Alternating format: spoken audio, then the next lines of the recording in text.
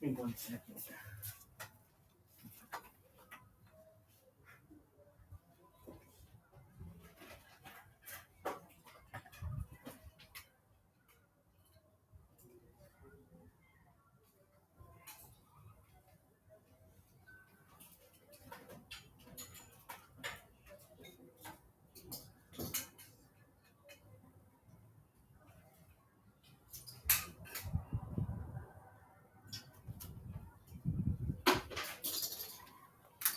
Look at that.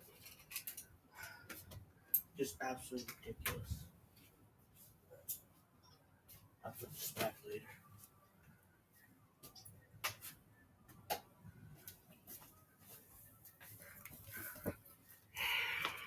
Stupid. Just fucking ridiculous. What the fuck is this?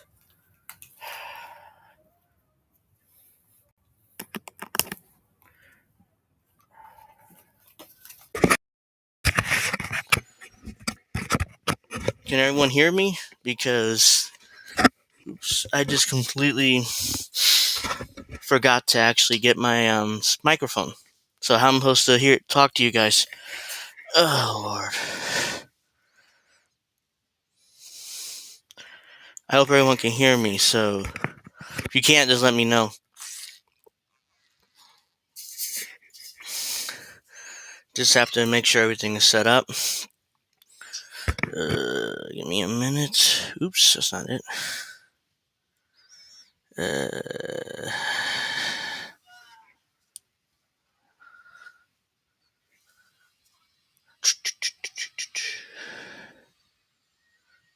Wait a few minutes to let everybody come on because my tweet should have come out by now.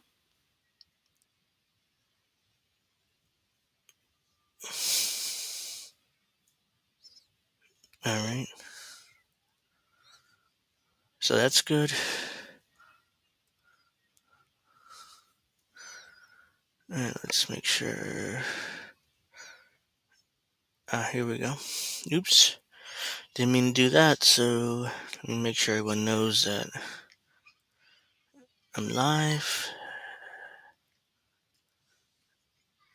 I'm going to start off with the Credit Suisse or Swiss collapse, whatever it's called, their impending collapse. I was going to start off with something else, but of course, that has to be first for obvious reasons. Another bank is about to collapse on us. This is the international bank, so oops, here we go. Okay, we're good. So let me get that set up. Oops. If I actually searched it, maybe that'd be nice. So, good afternoon.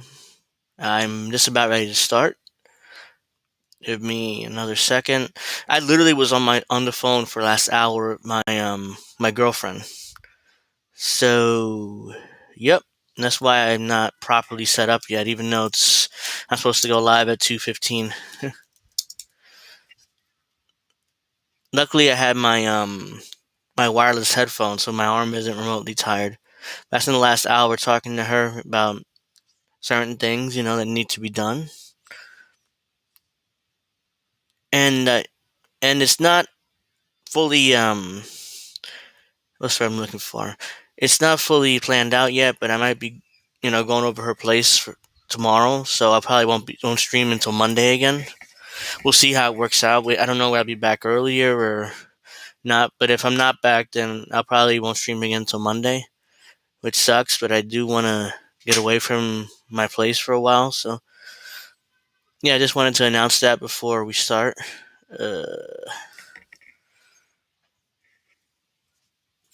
So let's see. Here's well, I've lost track of things. Okay, let me actually do this, and then make this a little bigger because you guys actually be able to see it.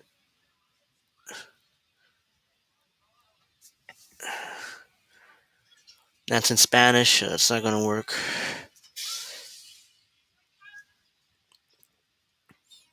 So, all right, let's get started. Credit Suisse, the The bank, that I'm sure everybody heard about. It's a big bank out there in Switzerland. Uh, they have, or they'll be impending collapse. Their stock is down like 30% since yesterday. Why am I not finding this right now? Uh, All right, so we got a really So yeah, here it is. Breaking news: Credit Suisse has appealed to the Swiss National Bank for public show support after its shares craters as much as 30%. What is this part here? So yep, whatever. I don't care about that. Let's go over here instead. Let's do this for reasons I don't want to.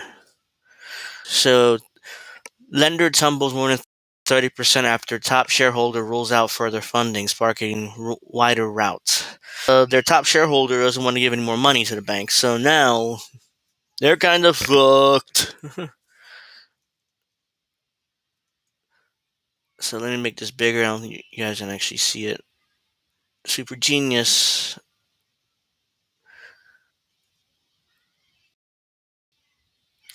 Credit Suisse has appealed to the Swiss National Bank for a public show of support after its shares crater as much as 30%. I love how percent is spaced out. That's one word, not two words. This is ridiculous. I mean, that's probably a typo sometime, but it's 30%, not percent, sparking a wider sell-off in European and U.S. bank stocks. The request for a reassuring statement about Credit Suisse financial health came after its shares sunk as low as SFR 1.56. I don't understand what that means. I guess it's 30%, but on Wednesday, having earlier been halted amid a heavy sell-off, according to three people with knowledge of the talks. Let's see. Credit Suisse has also asked for a similar response from FINMA, the Swiss regulator. Two of the people said, but neither institution had yet decided to intervene publicly. The steep share price declines came in the wake of collapse of Silicon Valley Bank in the U.S. after the chair of the Saudi National Bank, who bought 10% stake in Credit Suisse last year, ruled out providing the Swiss lender any more financial assistance. Oh, of course, turns out it's the Saudis excuse me. It was the Saudis that are the top shareholder of Credit Suisse, of course. They're the top shareholder nearly everything these days. The bank has been roiled by a series of scandals in recent years, including the biggest trading losses 167-year history on the implosion of Arkeos Capital and the damaging closure of 10 billion of investment funds linked to the capital finance firm Greensill.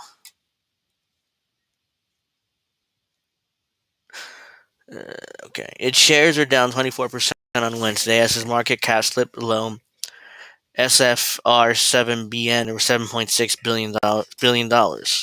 While with the bank had raised SFR 4 billion of capital just a few months ago.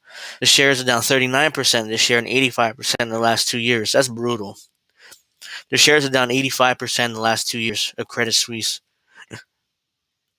It's looking inevitable that the Swiss National Bank will have to intervene and provide a lifeline, says Octavio Maraensi, analyst at Oprimas.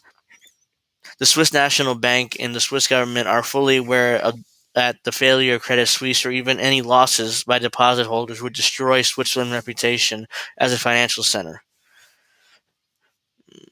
So yeah, let's see.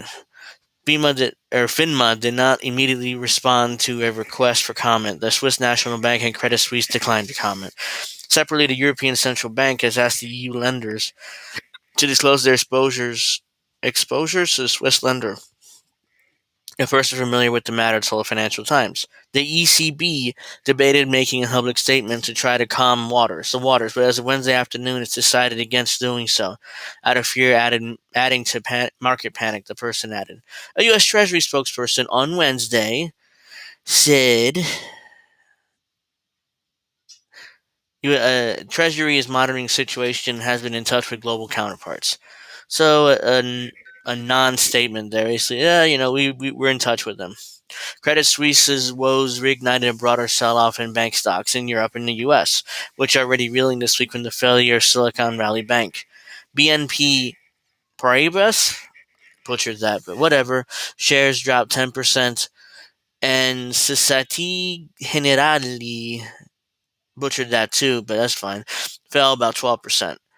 Deutsche Bank and Barclays lost 9%, while ING fell 10%.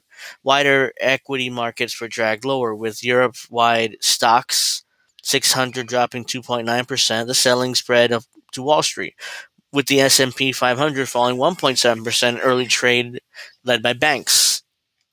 Citigroup has dropped more than 2.9%, and JP Morgan lost 7%. U.S. regional lenders at the center of the sell-off earlier this week fell more sharply. Let's see. Banks on the stock 600 now lost 16% this month in a rout sparked by SBB's failure.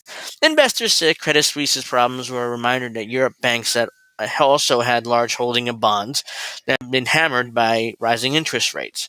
Credit Suisse is an isolated case, says Charles Henry Montreuil, butchered that name too, chief investment officer at SYZ Bank.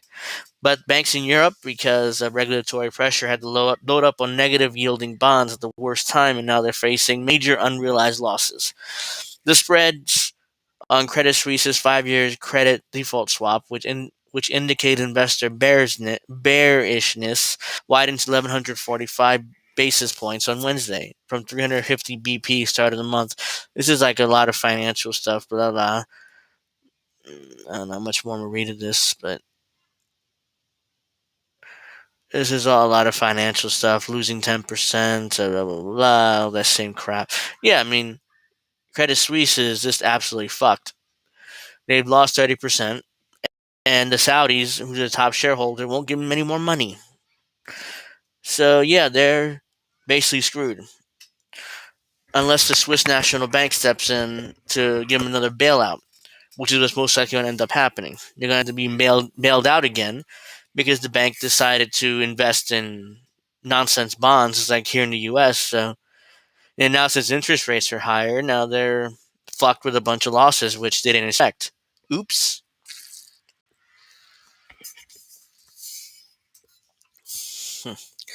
So let's see. What else am I going to talk about today? I got plenty of time. Here we go. So let's go back to this. I want to see any more breaking news on Credit Suisse.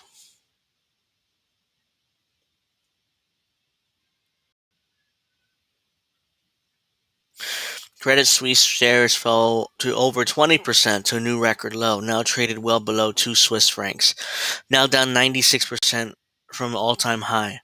Jesus Christ. They're trading at 2 Swiss francs per share. That's not good. This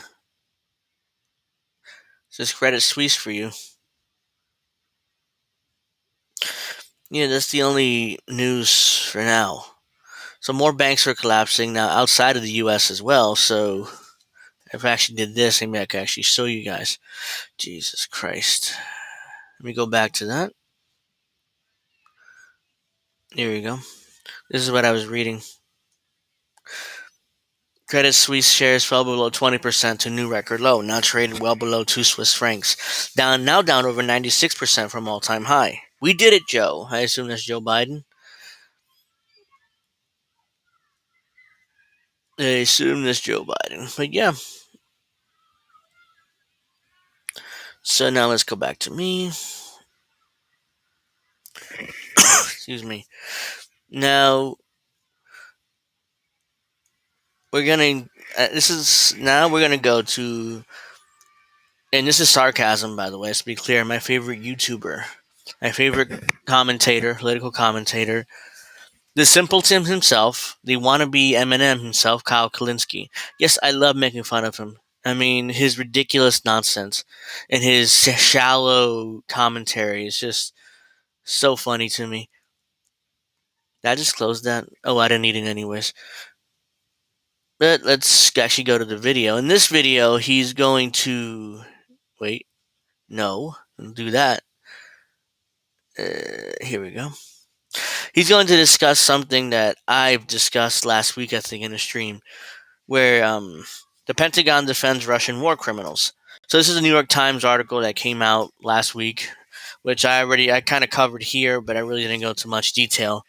Which how the Pentagon allegedly has evidence against the Russians for war crimes in Ukraine, but they won't give it over to the International Criminal Court for prosecution because they don't want Americans. They're afraid that Americans will be prosecuted for our war crimes, which is why they won't give up the evidence.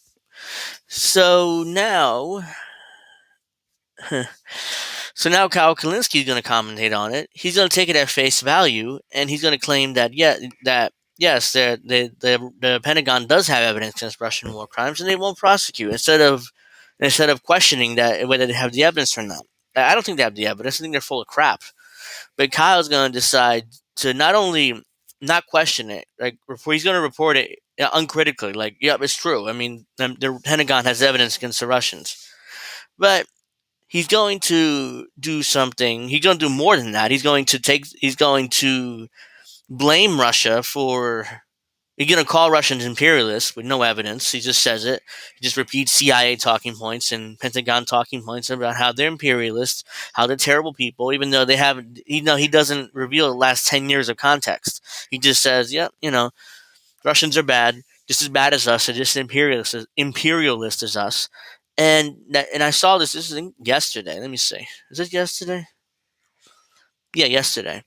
This was yesterday's video, and it really it annoyed me to no end because he thinks he's so smart, he thinks he's so clever, and he's just a shallow loser political commentator which doesn't know anything about foreign affairs. Hell, I know more, and I'm just some random guy in my shitty little apartment in New Jersey. I know more, and this guy is supposed to be a political science major and some kind of brilliant political commentator when he can't even properly tell you what's happening in Russia and Ukraine. Embarrassing. Just beyond embarrassing.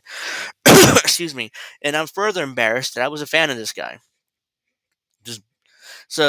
Yeah, I'm gonna play this and then I'll respond as necessary. Let me actually do this. Yeah, here we go. He's like this, and the way I paused it, he's like, the serious face. This is a serious face. But let's see what the wannabe Eminem has to say for himself. Interesting story, New York Times here, which is a little disturbing, to say the least. I'm going to go with the word disturbing. The Pentagon is blocking the U.S. from sharing evidence. This is the tweet that I saw and I covered last week. I think it was on Friday, Thursday or Friday of last week. So that's the tweet that I saw. Breaking news: the Pentagon is blocking the U.S. from sharing evidence on Russian atrocities in Ukraine, with the International Criminal Court officials said. The Pentagon leaders fear setting a precedent that might pave the way for it to prosecute Americans. Yeah, that's what I read through the article a little bit, and then I discussed what I thought on Friday. Now let's see what the wannabe Eminem has to say for himself. On Russian atrocities in Ukraine, with the International Criminal Court officials said. Military leaders fear setting a precedent that might pave the way for it to prosecute Americans. Well, looky what we have here. This is astonishing because the U.S. is clearly wants to weaken Russia, maybe be able to force regime change in Russia through the proxy war in Ukraine, trying to bleed them out over the long run and sacrificing Ukrainians in the process as well. But here's an opportunity to take a legal path to try them at the international. I wasn't paying attention. I spaced out there. I'm sorry. I mean, I have to replay the last 15 seconds. Maybe. Well, looky what we have here. We go. This is astonishing because the U.S.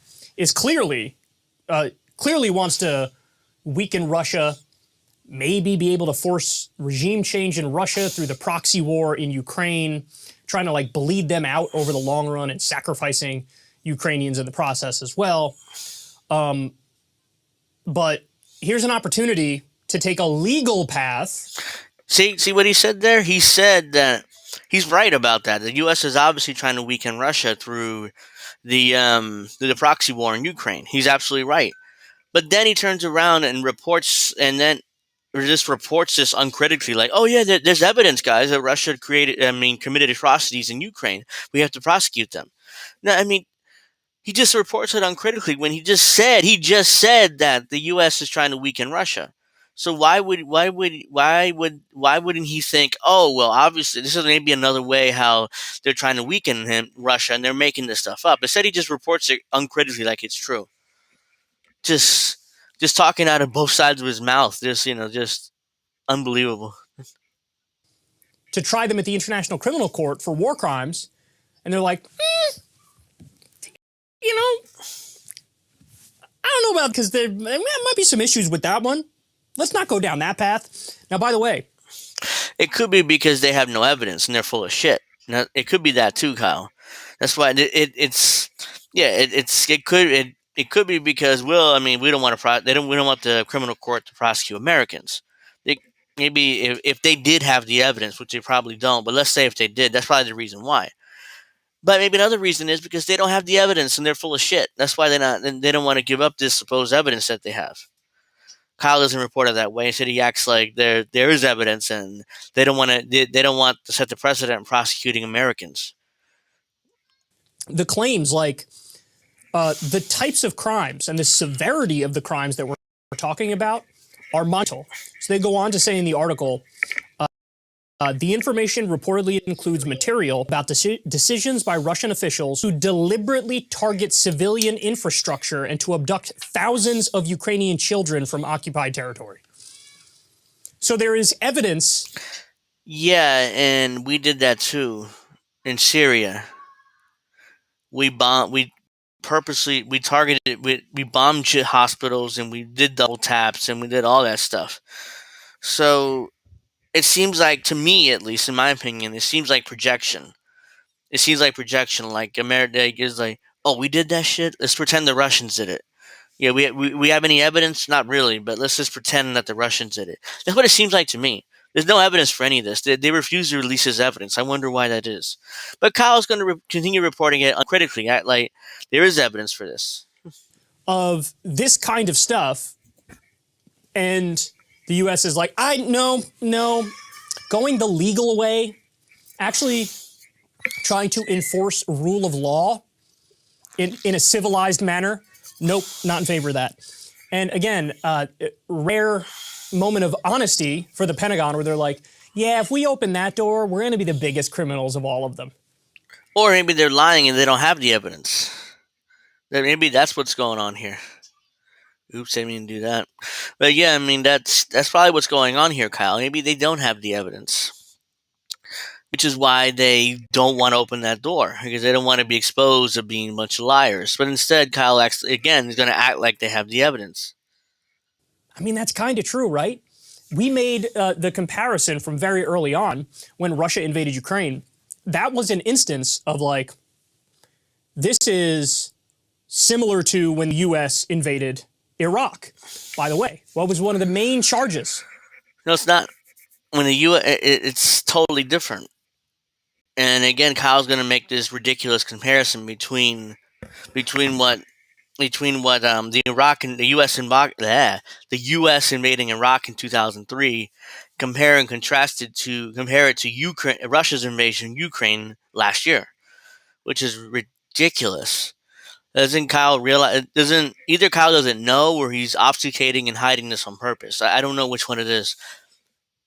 The United States overthrew the Ukrainian government in 2014. Because I'm pretty sure the reason why is because of a trade deal, an economic deal that the former president, I forget his name, Yanukovych, I think it was, came to a deal with the Russians, an economic deal, and the U.S. didn't like that, so they decided to overthrow Yanukovych.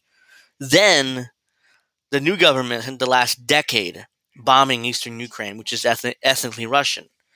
that for some reason the new Ukrainian government was xenophobic against Russians, so they started bombing eastern Ukraine, which is full of Russians, and killing the Maidan massacre. I'm pretty sure it's called, where hundreds just died. They just killed hundreds of Russians for no reason, ethnic Russians. Kyle does not tell you any of that context. Instead, he's going to pretend. He's going to pretend here that it's about the Russians or the Ukrainians finding oil in the Crimea and certain parts of Ukraine, and comparing it to Iraq, because the real reason we invaded Iraq is because of the oil. So he's going to ridiculously compare and contrast that and not give you the last 10 years of context about Russia's invasion of Ukraine. Just weak, lazy, shallow commentary from Kyle here. over the war in Iraq. This might also have something to do with the oil, now doesn't it? Well, guess what? In Ukraine as well, they found natural gas off the coast of Crimea. And then a year later, Vladimir Putin took Crimea.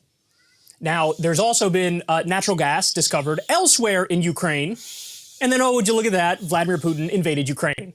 Now, that's one of many reasons why he did it. See that right there? He doesn't give you the last 10 years of context. Why? Could it have been oil related? Maybe. I'll give him that. I don't know. But and maybe small part of the reason. Yeah, sure, the Russians want Ukrainian oil, even though they have a shit ton of oil themselves. But for some reason, they want to invade Ukraine over their oil, even though they have a shit ton more oil than most countries in this world, except for Saudi Arabia. And for us too, we have a ton of oil here too in the U.S., but we still invade other countries for oil because we're imperialists.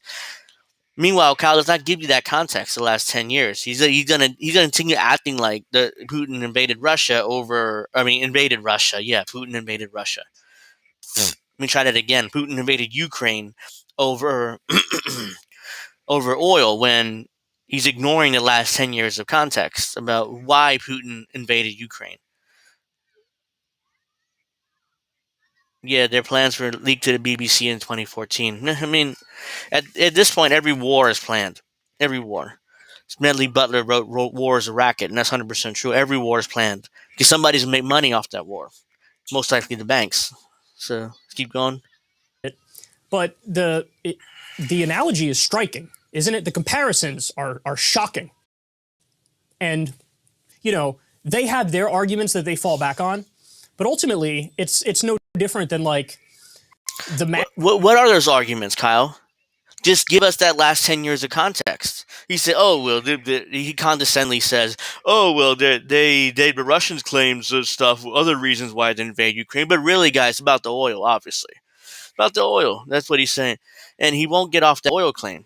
He continues with that, even though he doesn't. He says his reasons. Russians give reasons why, but ultimately, it's obviously for the oil, right? Ignoring the fact that the Ukrainian government was trying to do a genocide of Russians in eastern Ukraine. Essentially what they're trying to do. Massive propaganda effort that happened in the U.S. to try to bolster support for the war in Iraq. They used so many terrible arguments that turned out not to be true. And it's no different for propaganda in Russia to, try to give reasons. Oh, here's why we have to invade Ukraine. I mean, guys. Wait, that's propaganda? So the Ukrainians didn't bomb Eastern Russia for 10 years, and the coup government that took over. They didn't bomb Eastern Russia, didn't do the Maidan massacre, didn't do any of that. It's just propaganda. It looks like Kyle Kulinski is a genocide denier, because to me that's what the government Ukraine and Kiev was trying to do, genocide of Russians in Ukraine. Maybe a genocide, maybe too harsh of a word, but they were trying to kill off the Russian language. They were trying to kill off ethnic Russians in eastern Ukraine. But I don't know what I would call it genocide. Maybe some people might think it's over the top, but that's what it looks like they're trying to do. So I stop and think about it. Even if you grant them, hey, it wasn't a good idea to do the NATO buildup to Russia's border because that appears provocative, that will put them on the defensive. I think all that's a fair point. Oh, wow, that's a fair point. That's a fair point, but again, he's ignoring, that's part of it. And that's what I forgot to mention, the NATO buildup. To be fair, he did mention it. The NATO buildup in Eastern Europe and a lot of these Eastern European countries joining NATO, blah, blah, blah, all that stuff. That's important context too. But at the same time, you have the same time there's so much more to it. Just simply the NATO buildup in eastern Ukraine. International relations or international politics or whatever foreign policy, what do you want to call this? It's not black and white. There's shades of gray all the time. I mean, what happened in Libya? The Libyan invasion. Not invasion really, but the bombings in Libya, which led to the led to Muammar Gaddafi being deposed. Again, Muammar Gaddafi may have been a dictator in power for over 40 years, but he was extremely popular. He was extremely popular. He provided for his society, provided for his people, and even though it might not have been democratic, quote unquote, but but his people were really happy with his lead, with his role and his leadership.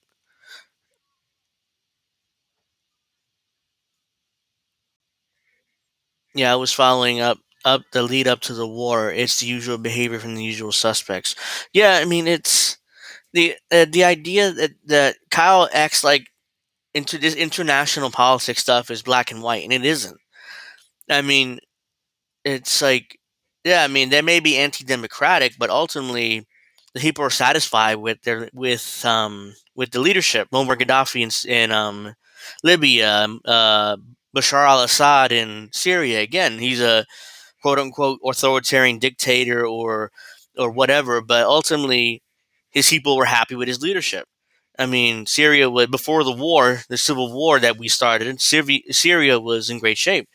I mean, again, I mean, they were satisfied with the leadership. So who am I to tell them, oh, well, you should be democratic and you should, elect your own leaders and blah, blah, blah, blah. Uh, no, I mean, I'm not going to tell them that. It's not my business. Here, we're quote unquote democracy, and our government sucks. We elect shitty leaders. We elect shitty leaders, not just Democrats, not just Republicans, both sides, shitty leaders. Look at Congress, full of these loser young politicians, like AOC and Maxwell Frost and the rest of the squad, and all these weak politicians, who don't do anything. We elect them. We elect them over and over again. As soon as we elect a new Congress, they come up with a poll which only 10% approve of coming to the new Congress. It's like, then why'd you bother voting for them? Vote third party. Don't vote. I don't give a shit. But just do something, just stop voting for these assholes. But they won't. Americans keep voting for them, and then most Americans treat their politicians like they're heroes or like they're celebrities. No, they're fucking politicians. You're supposed to treat them like like with the back of your hand. It's like, yeah, I'll believe. What have you done for me lately, dick? So I'm voting you out. It's every anytime they try to socialize or nationalize resources, they call him authoritarian dictator. Yep. Again, here's another example: Venezuela with Nicolas Maduro. Again, he's an authoritarian dictator according to the West. Even a lot of these shitty lefty commentators, like Kyle Kulinski, calls him authoritarian. Based on what? Based on U.S. propaganda. Then he talks about how horrible U.S. propaganda is. Dude, you fall for it all the time. Not only you, but your fiance Crystal Ball and Sam Cedar and the Young Turks, all those fucks, they all fall for it. They all fall for it. Every single one of them. They get mad at U.S. propaganda and then they immediately go right and fall face first into it. It's, America has always been a fascist oligarchy. I mean, authoritarian oligarchy. Yep, 100%. Excuse me.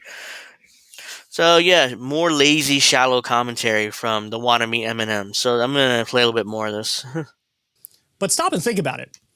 Did Vladimir Putin and the Russian government actually think that if they didn't invade Ukraine, NATO was going to topple their government? Was NATO going to offensively invade Russia and Based on what? Why would they even think that? topple the Russian government? Based on what? Start a nuclear war? Why would Putin think that? Why would Putin think that? It's like, yeah, like NATO is stupid enough to just, even though they're 12 or 13 countries now, just to invade one country, Russia, over what, to start a nuclear war? No, that's not what he thought. He thought, look, Putin thought, I want NATO off my borders, which is obviously what any leader would do. Like here in the United States, let's say if Russia decided to fucking put nuclear missiles, like missiles, just random missiles on the Mexican border, in Mexicali or in What's another city there? Border city in Mexico. I'm blanking on the border cities. I think Tijuana is one of them too. Let's say if the Russians decided to put missiles all over the northern border of Mexico with the U.S., how would we feel? What would we do? Oh yeah, we would invade Mexico over that. We invade Mexico, and we'll make sure that there's no way that those missiles will ever arrive next to our border. But the Russians have to take it. They have to take, according to us, according to the U.S. government, they have to take our missiles and our NATO troops all up and down their western border. They have to take that for reasons because we're the United States of America, do and NATO do what the fuck they want. We're in charge. We're the world's police, so that's their attitude. So let's, if I can move my mouse properly. No, nobody believes that. There's zero evidence of that. You could say, hey, expanding was provocative, and it gives them the ability to craft a bullshit propaganda argument that, oh my God, we're going to be toppled if we don't act. But nobody in their right mind would ever say, oh yeah, NATO was about to invade Russia and topple Vladimir Putin. Even though he talks about how the NATO buildup in Eastern Europe was a mistake and it gives Russia a reason for the Ukrainian invasion or justification, but he mocks it. He's like, yeah, that may be a reason, guys, but ultimately it's about the oil, right? It's about the oil. I'm Kyle Kulinski. I have all this I use all this nonsensical talking points and lazy, shallow commentary because I don't want to piss off the DC insiders because now I want to live in Washington.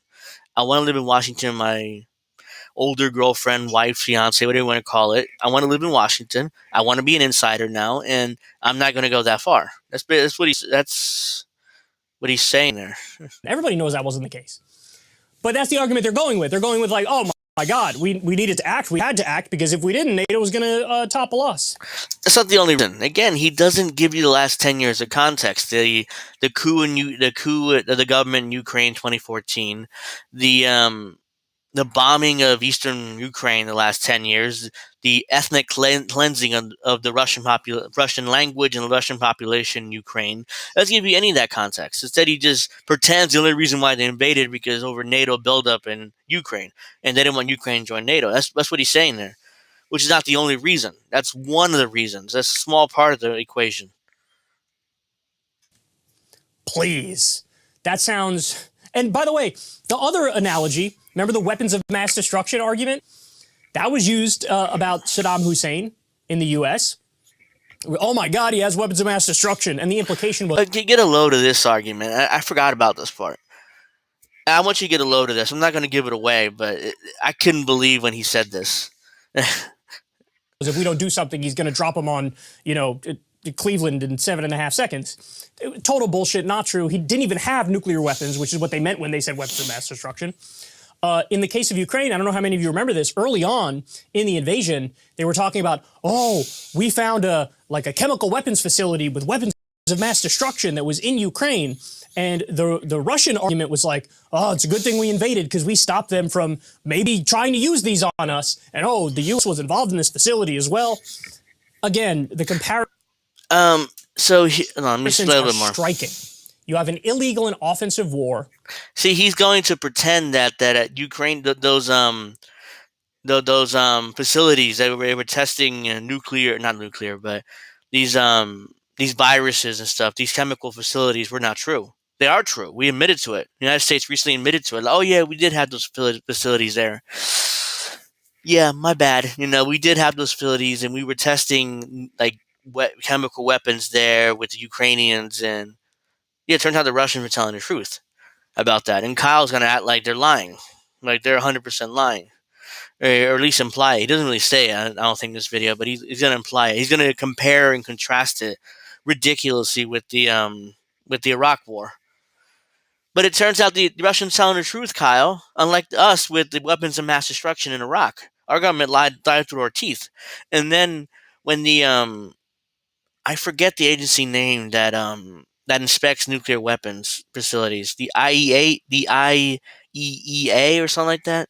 Anyways, they tried to go into Iraq right before the war started, and the Bush administration kicked them out. Like, no, don't test, don't go actually see that. We're going to invade because we have the evidence. Don't worry about it.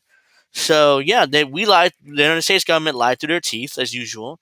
The Russians told the truth, and Kyle's going to act like they're just as bad as the U.S. and they're lying about it. The great Kyle Kulinski, everyone, the policy wonk of the left, just embarrassing himself with shallow, pathetic political commentary. Waged by one country on another when they didn't get attacked. That's what's happening with Russia and Ukraine. That's what happened with the U.S. in Iraq. And I mean, we don't even need to get into the evidence in the case of Iraq of how we reacted and the crimes we committed. I mean, we had Guantanamo Bay, Abu Ghraib, illegal and unconstitutional torture, which violates the Eighth Amendment to the U.S. Constitution. You have, killing hundreds of thousands of innocent civilians. At a minimum, you have millions of people who are displaced from Iraq. So just crimes on top of crimes within crimes. And again, they have evidence of Russian officials deliberately targeting civilians and civilian infrastructure. And I would love to see that evidence. I would love to see that evidence. I don't. I would love to see how the Russian military leaders purposely targeted hospitals and schools and stuff for reasons. Why would they do that? Why would they do that? Why would they actively try to make the U.S. even more mad at them? Give them more reasons to try to continue this war. Why would they want to do that? Did they hit a school or hospital by accident? Maybe. I mean that's open. I mean, I'm not saying I'm open to that. I'm not saying that they never hit a hospital or a school or anything like that. But why would they do it on purpose? That's what the U.S. is claiming. Why would they do it on purpose? It makes no sense. I mean, it's like they don't want to piss off the U.S. and NATO, excuse me, even more, and give us more of a justification of funding Ukraine in this ridiculous war, which makes no sense. But Kyle's going to pretend it's true throughout this video. He's like, "Oh yeah, they have the evidence, even though I don't like the Pentagon and they lie. I know they lie about everything else, but on this specific thing, they're telling 100% the truth." That's what he's claiming. and plans to abduct thousands of Ukrainian children from occupied territory. Based on what? Based on what? Why would again? That would piss off the U.S. What are they going to do with thousands of Ukrainian children? What? That's straight up propaganda. That's classic Western U.S. propaganda. Remember I don't know whether some of you maybe not old enough to remember this. I wasn't really old enough either, but I learned this later. To lead up to the first Iraq War, the first Gulf War, what did the U.S. do? I mean, the war wasn't popular. Americans didn't want to invade. We wanted to invade anyways. So what did we do? We came up with a young woman, some young teenager, who was supposed to be some sort of princess or some shit, or she was, or whatever she was. She went to testify in front of Congress, and that's weird. She went and testified in front of Congress, and it turns out that she claimed that the Iraqi military was killing babies, like throwing them on the ground and stomping their heads and all that horrible stuff. And it turned out years later that she was the daughter of a Kuwaiti ambassador to the U.S., which Kuwait wanted the invasion in order to topple Saddam Hussein. So, whoops, just a bunch of crap as usual. Just a bunch of crap. Just a bunch of crap. Am I still on? Can you guys hear me? Because just want to make sure, because I kind of got a notification here that my stream went down. Okay, seems like it is because I just got on the comment here.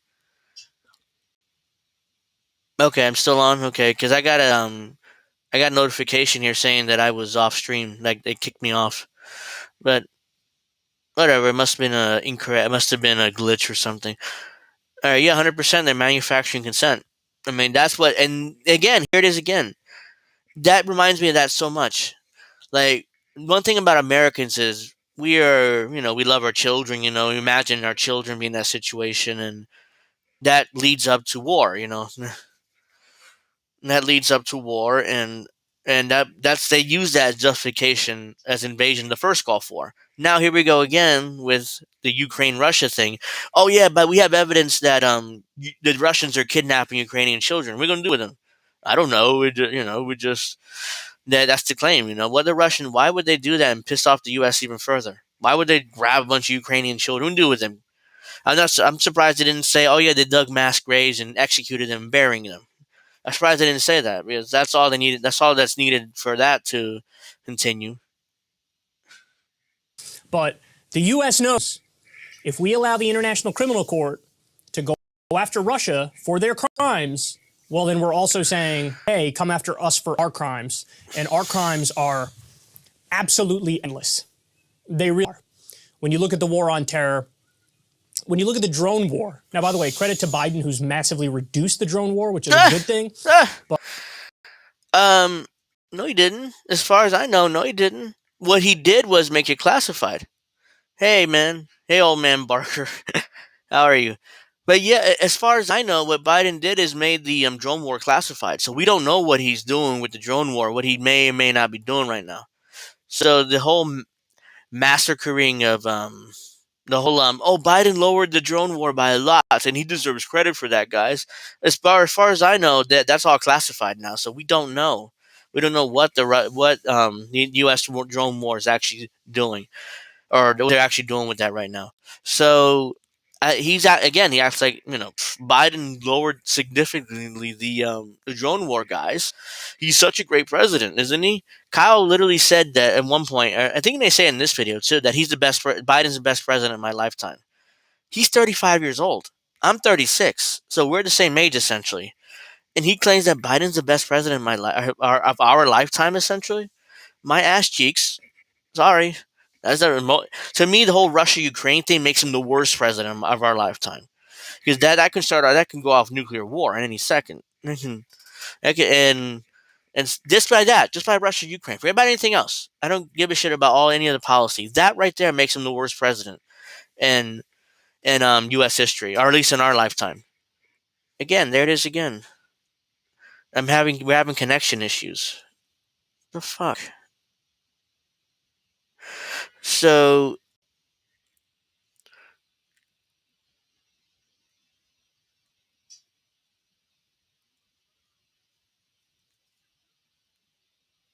yeah, they're awful, absolutely awful.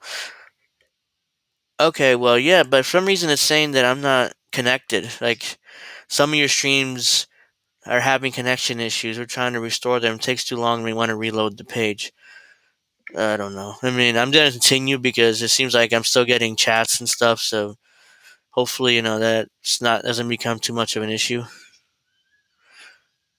So let's keep going for now. But Trump increased it 400%. Obama, did the drone war as well, and Right. Yeah, he changed the offensive, defensive, like how the War Department changed their name to the Defense Department. Yeah. Hey, MJ, Anti-Imperialist Party. How are you? But yeah, Kyle. Kyle's just such a lazy, shallow political commentator that I'm outdoing him, and I'm just some random guy in my shitty little apartment in New Jersey. I'm outdoing this guy, and he acts like he's some sort of import, like he wears his suit and he wears his clip-on mic, and he has his shitty blonde hair or bleached blonde hair, and he acts like he's someone important and with important political commentary. When his commentary is shallow, it sucks. Good, Kyle Kulinski. Yeah, he loves calling people cucks, but he's the biggest cuck in the world. I mean, Bernie cucked him off his own show. Remember that incident when he got cucked off his Crystal Kyle and Friends show, and Bernie said, "Oh well, I'll do." Yeah, Backstreet Boys. Yeah. I mean, he's a 90s boy band ripoff, from the 90s when I was a teenager. But yeah, he got cucked off his own fucking show. Right when the show started, Bernie's like, "Oh yeah, I'll do a interview with Crystal," but I'm not even gonna try to do Bernie's accent because I can't do it. I can't do that thick Brooklyn accent. But like, "Oh yeah, I'll do an interview with Crystal, but not with Kyle," because it's around the time Kyle started calling Bernie a cuck. So ironically, that's when I knew both of them were not really for us. No, definitely. Kyle allowed Bernie to cuck him off his own show. If I were Bernie, if I were Kyle, if Crystal came to me and said, "Oh yeah, I'm gonna interview Bernie, but you can't be here," I was like, "Yeah, go fuck yourself. I'm gonna be there. I'm gonna be there. And if you have a problem with it, I'll leave the show right now. I'll go back to New York and keep doing secular talk. or whatever he calls his show now. Instead, he's like, "Oh yeah, of course, Crystal." Don't. I think he might have fallen in love with Crystal almost immediately. So Crystal can stomp all over him. He'd take it like the cuck that he is. But yeah, I was like, "Oh, go fuck yourself." Oh, you still want to do the whole Bernie interview? Fine, I'll just go back to New York. We'll end the show right here before it gets started, because I'm not going to put up with that. It's not an ego thing. It's not a thing. It's my name on the show too. And you said you want to disrespect me and allow some politician to cut me off my own show. It's not going to happen. Either I'm going to do the show or I'm leaving. You can call it Crystal Ball and Friends, whatever you want to call it. But I'm sure Kyle head over his heels over Crystal. I mean, he's like completely smitten with her. Like it's like the teenage boy love, It's like boy and girl love. Which is why he lets her do whatever she wants and stomp her feet all over him. He's like, "Oh yeah, I love you, baby, I love you," all that shit. I watched Kyle back. Yeah, so that's when I started watching Kyle around 2013, 14 too. And I stopped watching him around that time, 2018, 2019. And it was like, yeah, I'm done. After it really after he started his show with Crystal, I was done because I knew that Crystal being a DC insider, he wanted to be that. Once he started doing that show with her, I recognized that he wanted to be a DC insider. Like he wanted to be in the club and accepted.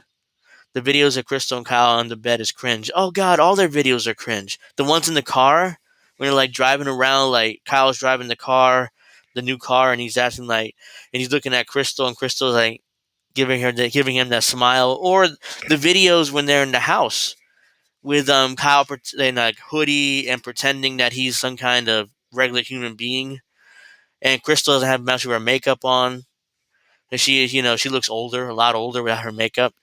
So I'm not saying I'm not trying to be sexist there. It's true. She looks a lot older without her makeup.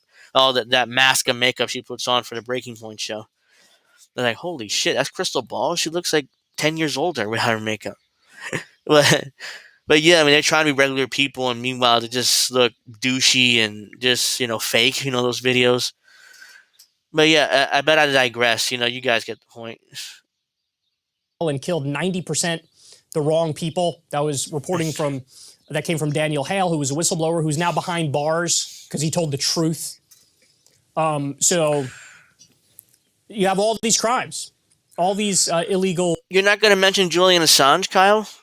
You're not going to mention him? You mentioned Daniel Hale, which is important. I'm not dismissing that. He shouldn't be in prison either. But you're not going to mention Julian Assange there? No, he's just going to continue right on like nothing. Julian Assange for the last 10 years locked up, either in the Ecuadorian embassy in London or in Belmarsh, one of the most worst prisons in Europe. 10 years. 10 years. Last time you seen in public, he had a stroke and nearly died. So, no, not to mention Julian Assange and the hell the U.S. put him through. Arguably, that's even worse what they're doing to Daniel Hale. But I'm not dismissing what's going on with Daniel Hale. Of course, he should be freed too. But yeah, he's not going to even mention Julian Assange there. Illegal invasions. And the reason why he won't mention it, again, because of Crystal Ball. He doesn't want to piss off Crystal Ball, because Crystal Ball and Saga of Julian Assange in a segment they did for not Breaking Points, but Rising, like a couple of years ago. They just dismissed the whole Julian Assange thing. It wasn't a big deal. And I'm sure Crystal still thinks that in her head. That's why Kyle doesn't want to piss her off. Kyle doesn't want to piss her off, so he's the good cuck that he is. And like, oh, yeah, I mean, obviously, guys. I mean, Crystal is, she's right. Julian, I don't want to even mention Julian Assange, because I don't want to piss her off, because she won't fuck me if I go over the weekend, like, most weekends. There's going to be no justice. I don't know about you guys, but I take a very, very simple position on this issue, which is go after all the sons of bitches. Go after all the war criminals, all the torturers, all the people who are breaking the rules of engagement and the laws of war. People often say, like, there are no rules in war. And that is a barbaric and savage way of acting. And I think we live in... This is Kyle virtue signaling now. He's like, oh, they should go after all the sons of bitches. The U.S. or Russians. How about Ukrainians, Kyle? You're going to go after Ukrainians for their war crimes? Oh, no, you're not? You're not going to mention that their war crimes? The way how they take Russians and they put duct tape all over them and beat the shit out of them? That's a war crime. You're not going to mention that? Oh, no, no, no. Ukrainians don't do war crimes. Only Russians in the U.S. I see how it is, Kyle. You're not going to mention their war crimes. But Kyle is virtue signaling. Like, oh, we need to prosecute all the sons of bitches, and we need and the idea that you shouldn't. There's no rules in war. It's just barbaric. That's all virtue signaling. Because he's pro the Ukraine war. He remember in the beginning of the war, he was like, "Oh, I want to send. We got to send weapons to Ukraine, but make sure the Nazis don't get it." Yeah, the Nazis got it, Kyle. Most of the Ukrainian military are Nazis, anyways. So what are you talking about? We should send weapons, but we shouldn't send weapons. We shouldn't let Nazis get them. Well, they got him, Kyle. So what are you gonna do then? Nothing. He's just going to, being the good cuck that he is, he's going to continue pretending that Ukraine hasn't committed war crimes. Live in a much better world. Number one, if there was no war, right? But every now and then you're going to get a war where that's virtue signaling. Again, the ideal situation is there's no war. We're humans, Kyle. We're barbaric as hell. We're 95% chimpanzee or 92% chimpanzee. Yeah, that was ridiculous. About the weapons, it's just ridiculous. But have you guys ever heard of the chimpanzee wars? There was a documentary about it in the 70s. It was somewhere in Africa, I believe it was. I was watching it. I watched it a few months ago, and chimpanzees act just like us. We're tribal. We're territorial. They act just like us. The only difference is they're not self-aware like we are. It's really the only difference.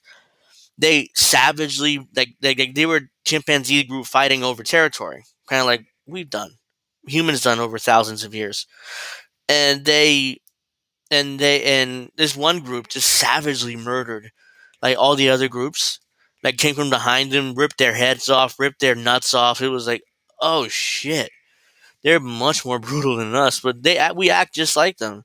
We drop bombs, we murder innocents, even though it's called collateral damage, but still we murder innocents. We do the exact same thing as chimpanzees, except we're self-aware and they're not. So eventually, this one chimpanzee group won the war and took over all this territory, kind of like us. If you haven't heard about it, look it up. The Chimpanzee Wars on YouTube. It's fascinating. First time I heard about it was on Joe Rogan's podcast. Like, holy shit! And then I watched it for myself, the whole thing. I think it's on YouTube still. I'm pretty sure. Look up Chimpanzee Wars. It's fascinating. But let me get back to Kyle's virtue signaling here at the end. It's offensive in nature, so it makes sense. It's a just war. But there absolutely should be rules and laws of war.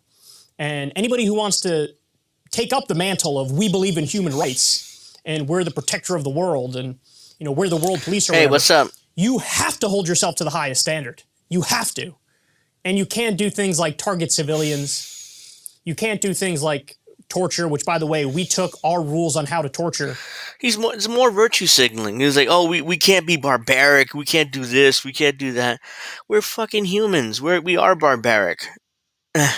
we're 92% chimpanzees, and like I talked about, they're just as barbaric as we are. Like, what are you talking about? Like, oh, we can't be barbaric. Let me virtue signal for like 5 minutes about how we should do war. Like, war's brutal. I'm not saying that we shouldn't have any rules of engagement, but war's going to be brutal. Kyle, Eminem's alter ego from Beverly Hills. He looks like he's from Beverly Hills. I'd never thought of that. That's so funny. He doesn't look like a dude from the Upper West Side in New York. He looks like a dude from Beverly Hills with that ridiculous bleach blonde hair he has. It's exactly what it is. But yeah, just nothing but virtue signaling here at the end of this video. Let me a little bit more. From communist Chinese manuals on how to torture. We had put Japanese soldiers to death for torturing our guys in World War II. The punishment was death. We did a lot of those same tactics. Yeah, I know, Kyle. What's your point? I mean, I know. We done about virtue signaling here. Yes, America has a double standard. We all know that. Like, oh yeah, you can't torture our guys. Oh, but we can torture everybody else around the world, and we can do experiments on them, and we can do whatever the hell we want to do, because we're America. America, bitch. That logo on the screen behind him is whack. That's the logo he has on his YouTube channel. On his banner on his YouTube channel. You go there. The exact same logo. And it is trash. I mean, he hasn't changed it in years. I mean, he should actually, hire a designer and make a better logo or whatever that is. Can I do a Cartman voice? I haven't done it in years. God damn it! I think that's the best I can do. I have to listen to. I have to watch South Park and listen to it again. God damn it! Fuck you, Kyle. God damn it, Kyle. That's not Cartman. That's who is that? That's the other one. Um. All right, let's keep. Forget the characters. I haven't watched South Park in years. I loved it. with the war on terror. And of course, everybody gets away with it. There's the video that Julian Assange leaked, or excuse me, Chelsea Manning gave it to Julian Assange, and Julian Assange ran it in WikiLeaks. The collateral murder video, where we killed innocent civilians, we killed reporters or journalists, and then circled back and attacked again. It's called a double tap. It's where you. I can't take his virtue signaling anymore. I mean, the rest of his videos about virtue signaling, about how we should conduct war and fight war, etc. Oh, look at the cute couple. As one, look at the cute couple there. That's when Kyle actually had his, correct hair there. But yeah, but I can't take his virtue signaling anymore. Something about virtue signaling from Kyle, just ridiculous. Excuse me. Well, I can't take his virtue signaling. I mean, the whole Kyle fell in love instantly. I guarantee you, he's one of those like guys who, as soon as a cute girl talks to her or him, what is she wearing? I don't know. It looks like a skirt and like pantyhose or something. What it looks like from here. And she has her makeup on, so she looks good, But have you seen? Well, let me. I can't resist. I mean, I love responding to Kyle's videos because I can own him pretty easily. And I'm just some random guy in New Jersey, living random guy in my shitty apartment with barely 180 subscribers, and I can own him. Where's that video? I mean, he has so much crap. Here it is. I'm not gonna play the whole thing, but I just wanted to. What's up, Look at there. See, this is the one I was talking about. Like they're trying to. Yeah, it does look expensive. I mean, Crystal married well. She's a multimillionaire. And of course, she can afford nice clothes. Anyway, this is the one I was talking about. Look at Kyle with like the regular like hoodie, and Crystal has less makeup on, so she looks 10 years older. And she had, and she has like that blouse she only wears in the house probably. They try to be regular people here, but it just comes off as fake. Like they come off as fake. There's no real, like their interactions come off as fake. They script the shit. Turned into a parody of himself. I'm for good thing against bad things. Yeah, exactly what he's a parody of himself. That's a good way. Hey, I remember back in the day he talked about how he hated like people in Washington because they had DC brain or something like that. He said, and how once you're in Washington, you get that brain. It's hard to. That's why he never wanted to go to Washington. Now look, now he's in fucking Washington all the time with Crystal, and now he has DC brain. Ironically, yeah. I mean, she does look older without makeup on, without all that mask of makeup she puts on before a Breaking Point show or any picture she takes. Yeah, she looks older. Anyway, I want to play a little bit of this, then I'll move on to a few other stories I had because I don't want to waste too much time on this. It says report Trump indictment imminent. This is the Manhattan DA case where they're trying to prosecute Trump for campaign finance laws in Manhattan because he paid Stormy Daniels, that porn star, $60,000 or something not to talk.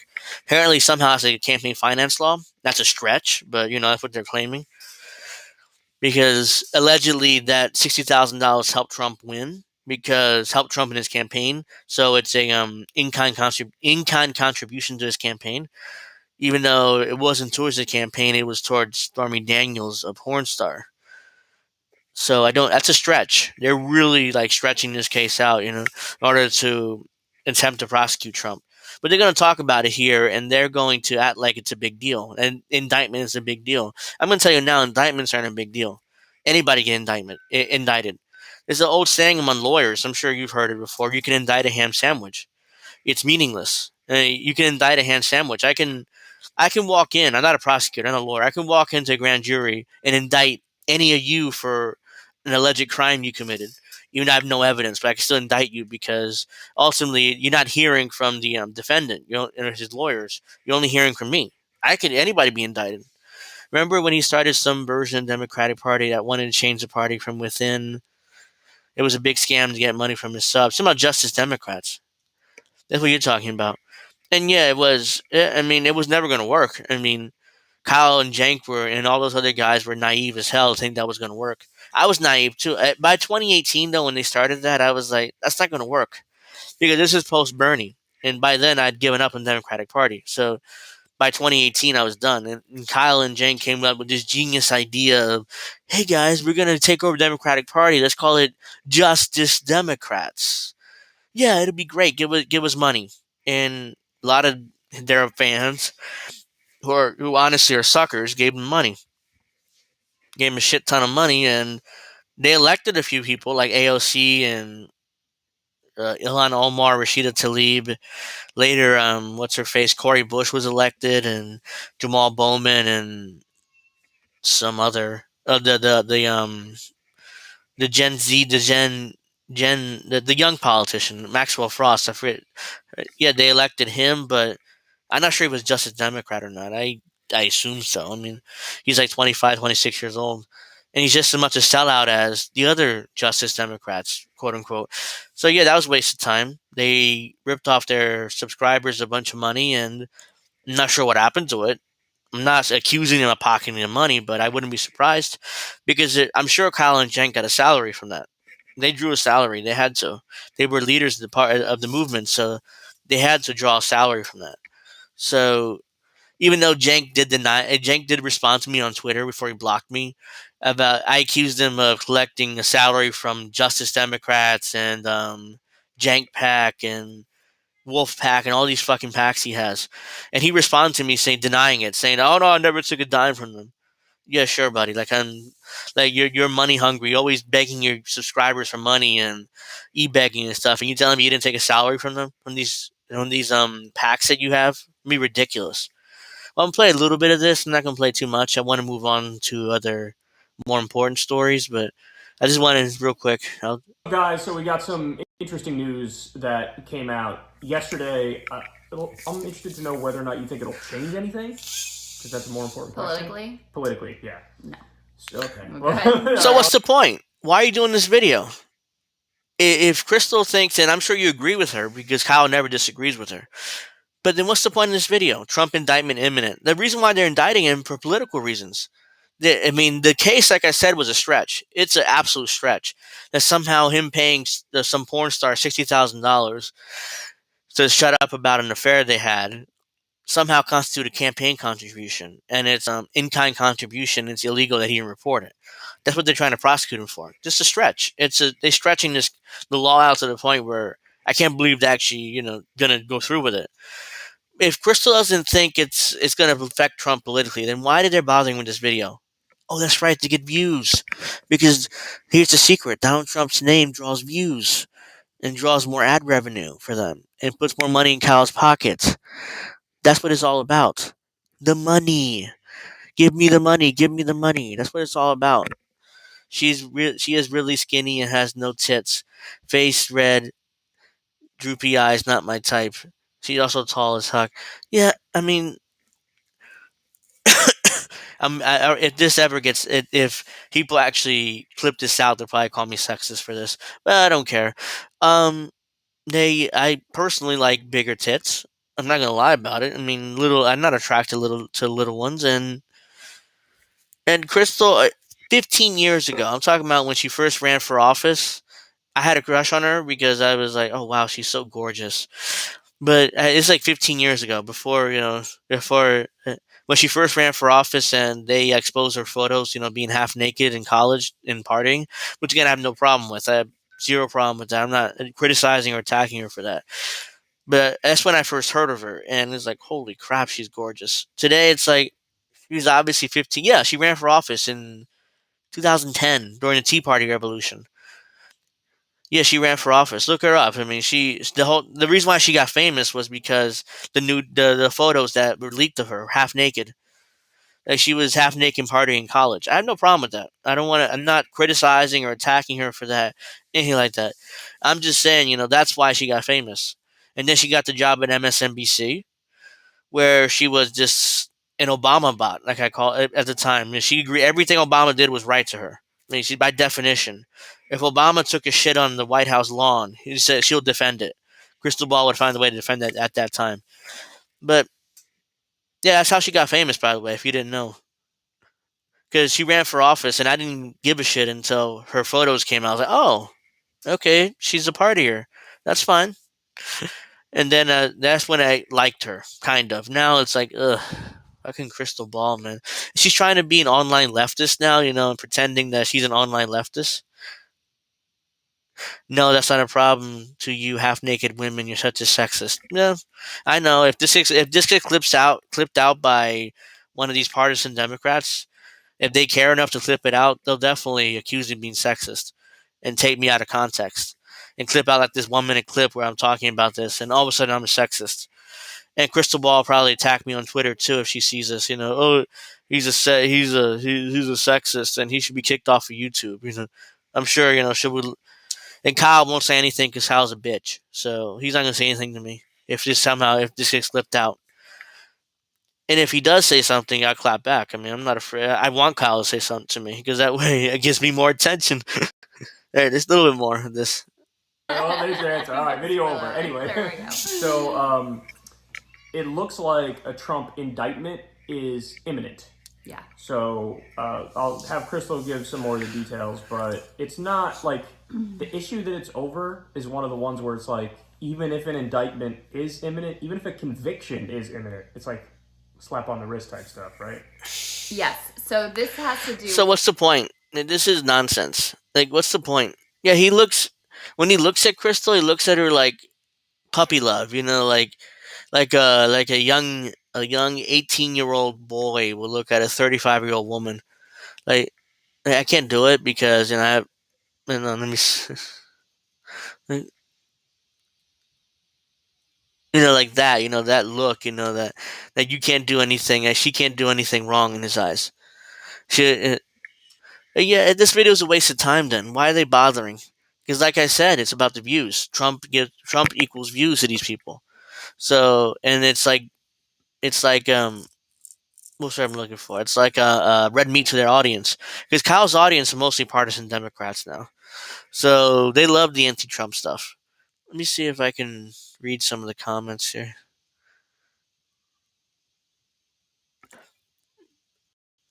Jail time's on the way. Blah blah. Yeah. Kyle, you've given us this headline over a dozen times now.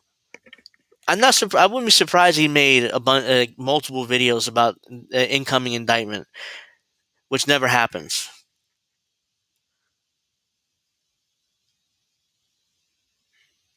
Yeah, well, I'm done with this video. It's a waste of time. Let's close this. Yeah, I'm back here. Yeah, it's okay for me to talk. It's how Kyle sounds like. All right, so now let's go to this story. Oops, if I actually press the right button here. No, not that one. That one. DeSantis saying Ukraine support is not vital for national interest sparked backlash in GOP. Again, where is DeSantis wrong? The Ukrainian war isn't vital to national interest. And he's not saying it. I'm sure he's not saying it because he actually thinks that. I think part of the reason he's planning on running for president, but I'm not sure whether he's going to run against Trump or not. He hasn't announced yet, and he needs to announce, especially since we're now in March. He needs to announce soon if he's going to. But it's obvious that DeSantis wants to run for president, which is why he's saying this type of stuff. And Lindsey Graham, of course, instantly melts down about this and says that, Ukraine, the most important place, so we got to protect them, we got to defend them. Whoops, not that either. Jeez.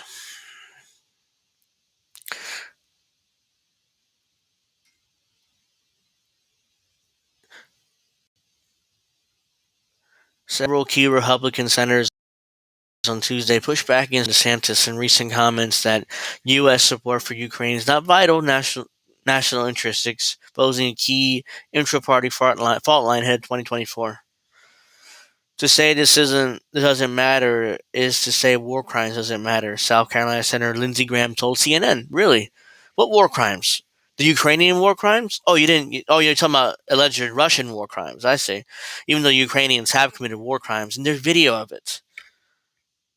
On Monday, DeSantis, who's not running, who yet to announce a presidential bid, said in a statement responding to a questionnaire from Fox News' Tucker Carlson that while the U.S. has many vital national interests, becoming further entangled in a territorial dispute between Ukraine and Russia is not one of them.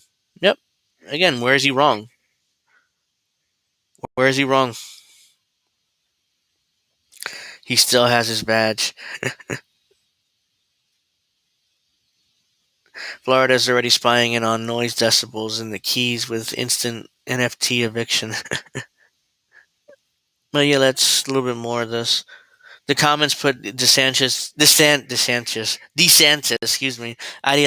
ideology closer in line with former President Donald Trump, the biggest name in 2024 primary, and at odds with the more traditional GOP party positioning of former United Nations Ambassador Nikki Haley, who's already entered the race, and former Vice President Mike Pence, who's widely expected to. None of those fuckers mentioned chance. The only person that have a chance is DeSantis. And that, because to me, DeSantis could come out of this looking like another Jeb Bush. That Trump just cucked and owned and made look like a little bitch throughout the primaries. And then Jeb Bush embarrassingly dropped out after barely getting any votes. Or did he drop out before the primary? No, he had some votes, I think. But yeah, Trump bitch slapped him, made him like a pussy, cucked him, and then kicked him, and he dropped out of the race. So that's what happened with Jeb Bush. So I think DeSantis could be another Jeb Bush. He gets bitch slapped and cucked and owned, and he just tucks his tail between his legs about Florida. Really, John Bolton's running? I heard that he might run, but I don't think I didn't think he made it official yet. Mm-hmm. Now let's go back to this article, a little bit more of this article. It's not a territorial dispute in the sense that any more than it would be a territorial dispute if the United States decided it wanted to invade Canada, take over the Bahamas, said Marco Rubio, who serves on the Foreign Relations Committee and the Vice Chairman of the Senate Intelligence Committee. Jesus Christ. Marco Rubio ran for president also, and Trump just embarrassed him, slapped him around, and he left too, so...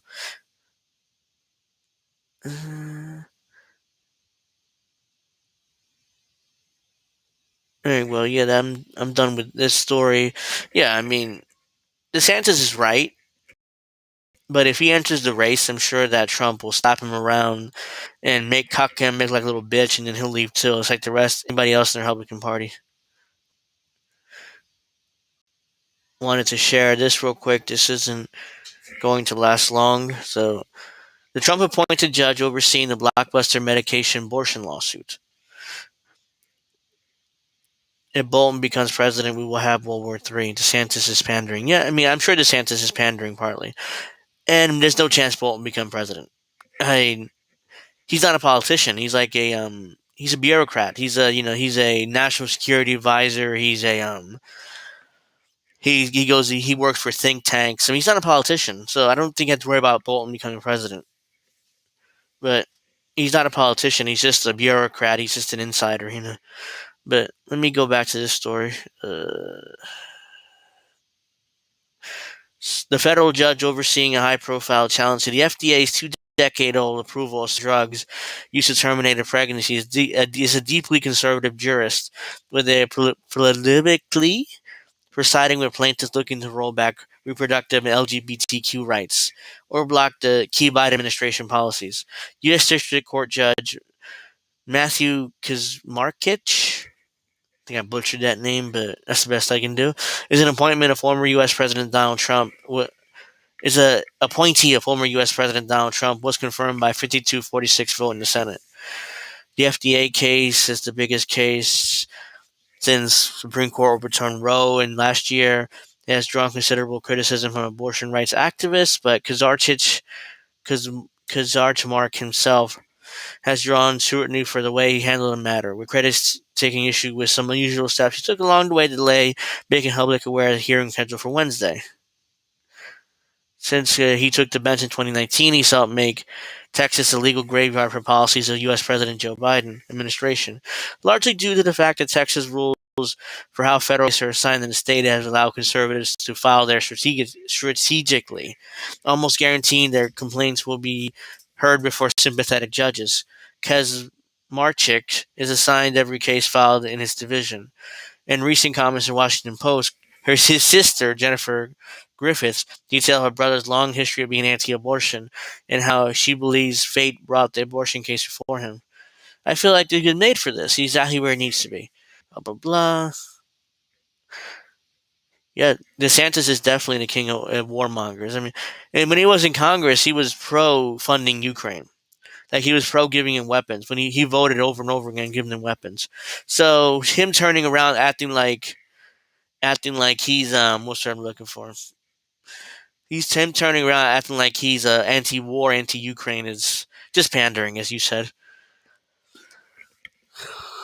Excuse me. Why am I yawning so much?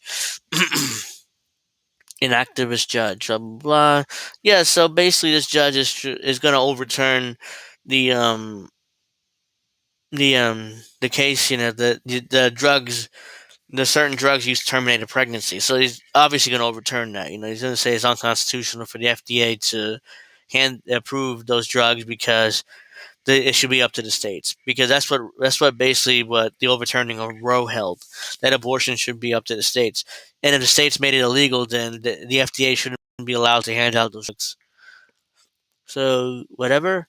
I don't Trump either, though, but it doesn't matter because they're going to rig the elections in favor of Dems.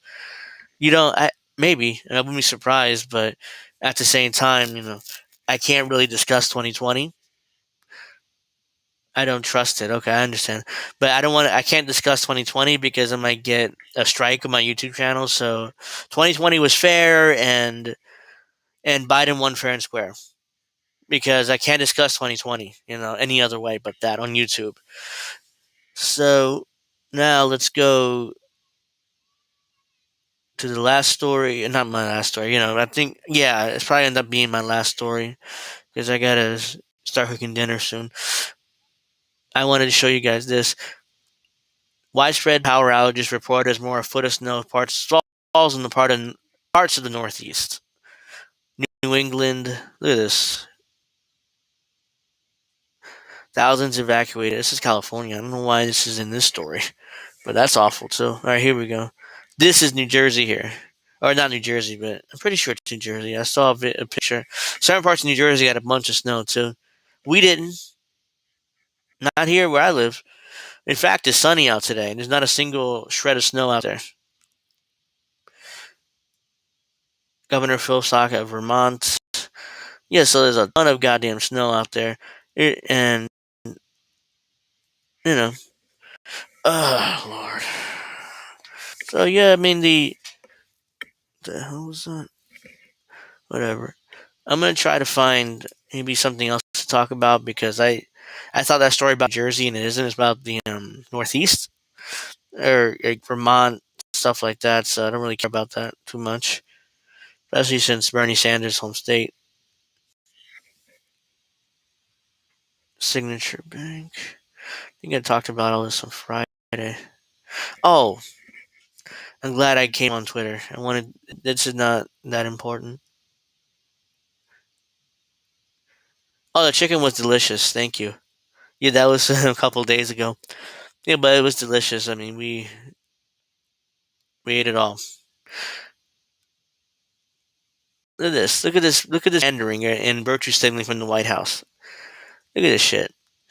It's from, when was this? Yesterday? When did this tweet send out? Oh, 3 days ago. I thought it was yesterday. But, yep. White House briefing makes history led by 3 black women. Look at that. Virtue signaling. Like, I don't give a shit whether 3 black women, 3 white women, 3 Hispanic women, 3 Chinese women, 3 aliens, female aliens lead the lead the press briefing. Who cares? And I love how this White House virtue signals. I mean, it's like they do it more than the Obama administration. I thought they were terrible at it too. How much virtue signaling they did. So Right. I want to highlight a quick moment before you go that happened at the White House briefing last week. You were there, and it wasn't just you. Cecilia Rouse was also there, Karine Jean-Pierre standing there in the middle, obviously, at the podium. And she highlighted what that moment meant for each of you in these important roles. How did it feel for you being there in the briefing room? Well, what she didn't say is the three of us, because I consider both of them friends, all have daughters. So I look at what. Oh my God! More virtue signaling. The three of us have daughters. Wait, how does the press secretary have daughters? She's a lesbian, right? Unless she adopted one. I mean, that's my assumption, but that's more virtue signaling, by the way, from the administration, giving the job to a black lesbian who can't do the job. Obviously, she struggles with with propaganda, putting the administration narrative out there. It is virtue, nothing but virtue signaling. It's embarrassing. It's like this administration acts like, well, look, guys, historic. Three black women leading the press briefing for the first time ever. Corinne Jean Pierre, yeah, she's terrible. I think that's what her name is. I call her I excuse me. I personally call her the black lesbian nun because she's black, she's a lesbian, and I had to make up a third word, so nun. There it is. But yeah, I mean, she's awful. She's the worst. I mean, I can't stand her. But let's keep going with the more virtue signaling here. Only a few, like 30 more seconds. What this means for the next generation, that they will not be first if they want to pursue these jobs or any other. And that's the goal, right? To make sure we leave this country in a better place than we found it, make sure that all of our children, no matter where they're from, including a small town in Louisiana, can reach whatever their dreams are. She's from Louisiana. Doesn't sound like it. She doesn't have that thick Louisiana accent, like most of them do. Shalanda Young, Director, Office of Management and Budget. Really? She's the OMB head? God. This is another virtue signaling appointment, I'm sure. Because this is the position where... Yeah, I just made up the... Because I had 3 words. I needed 3 words. So, black, lesbian, and I thought none flowed well. So, that's why I said that. Yeah, I mean, she does sound whiter. And no strange is she's supposedly from Louisiana, but she doesn't have that thick Louisiana accent.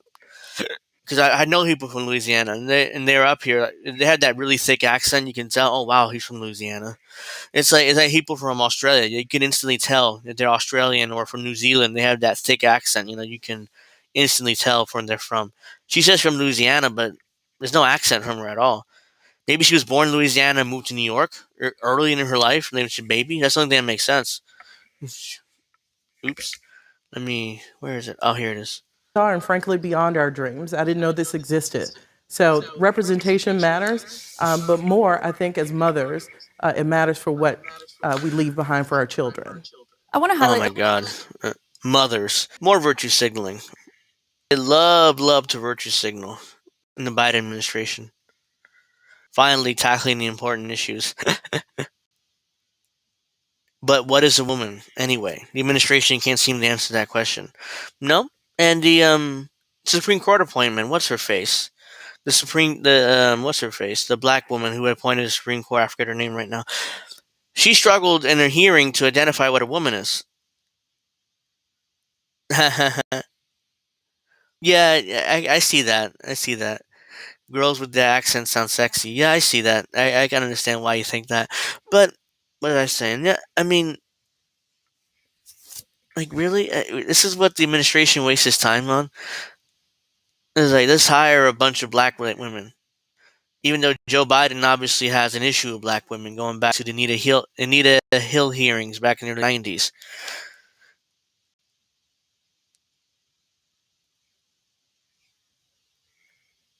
This video that nobody stopped to see because Twitter took it down 5 minutes after it launched January 6th. What is this video?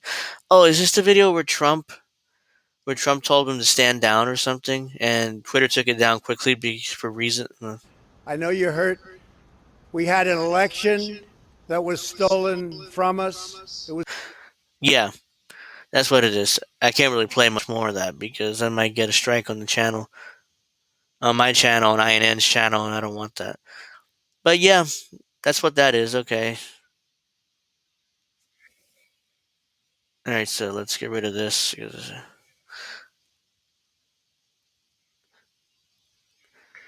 But yeah, I mean it's 3:45 Eastern, and I'm gonna wrap this up here because I gotta go cook dinner soon.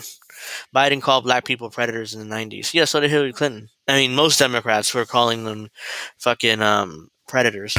Black people, predators, super predators. They don't know. I mean, we have to make them heal first. That's what Hillary Clinton said back in the 90s, and Joe Biden said something similar. Been saying for decades something similar about black people. And then now, but he turns around now when he's president or running for president, act like he's a defender and protector of black people. It's ridiculous. It's ridiculous. And black people voted for him too. Not like for waited for Obama, but black people voted for Biden too, in like 80% or 75%, something like that, which is insanely high for a guy that doesn't really, for a guy who doesn't give a shit about them. So I'm gonna wrap it up now. I want to thank everybody for watching the stream. I may not be able to stream again until Monday because I'm probably going over to my girlfriend's house tomorrow morning and I spend the weekend there. So probably will be no more streams until Monday afternoon. We'll see. I'll let you guys. I'll follow me on Twitter for sure. I'll let you guys know. Let me do my shameless plugs before I go though. There's my both Twitters. At AngelJRivera08 is my main account. The other one, the bad guy AR, is my backup account. Follow both of them because my main account might get banned at some point. So just in case it does, it gets suspended or banned temporarily, just follow me there. Subscribe to me on YouTube. If you haven't already, links in the description box below. If you're watching this on the INN channel, subscribe to that channel too. If you're watching on Facebook, make sure you like us there.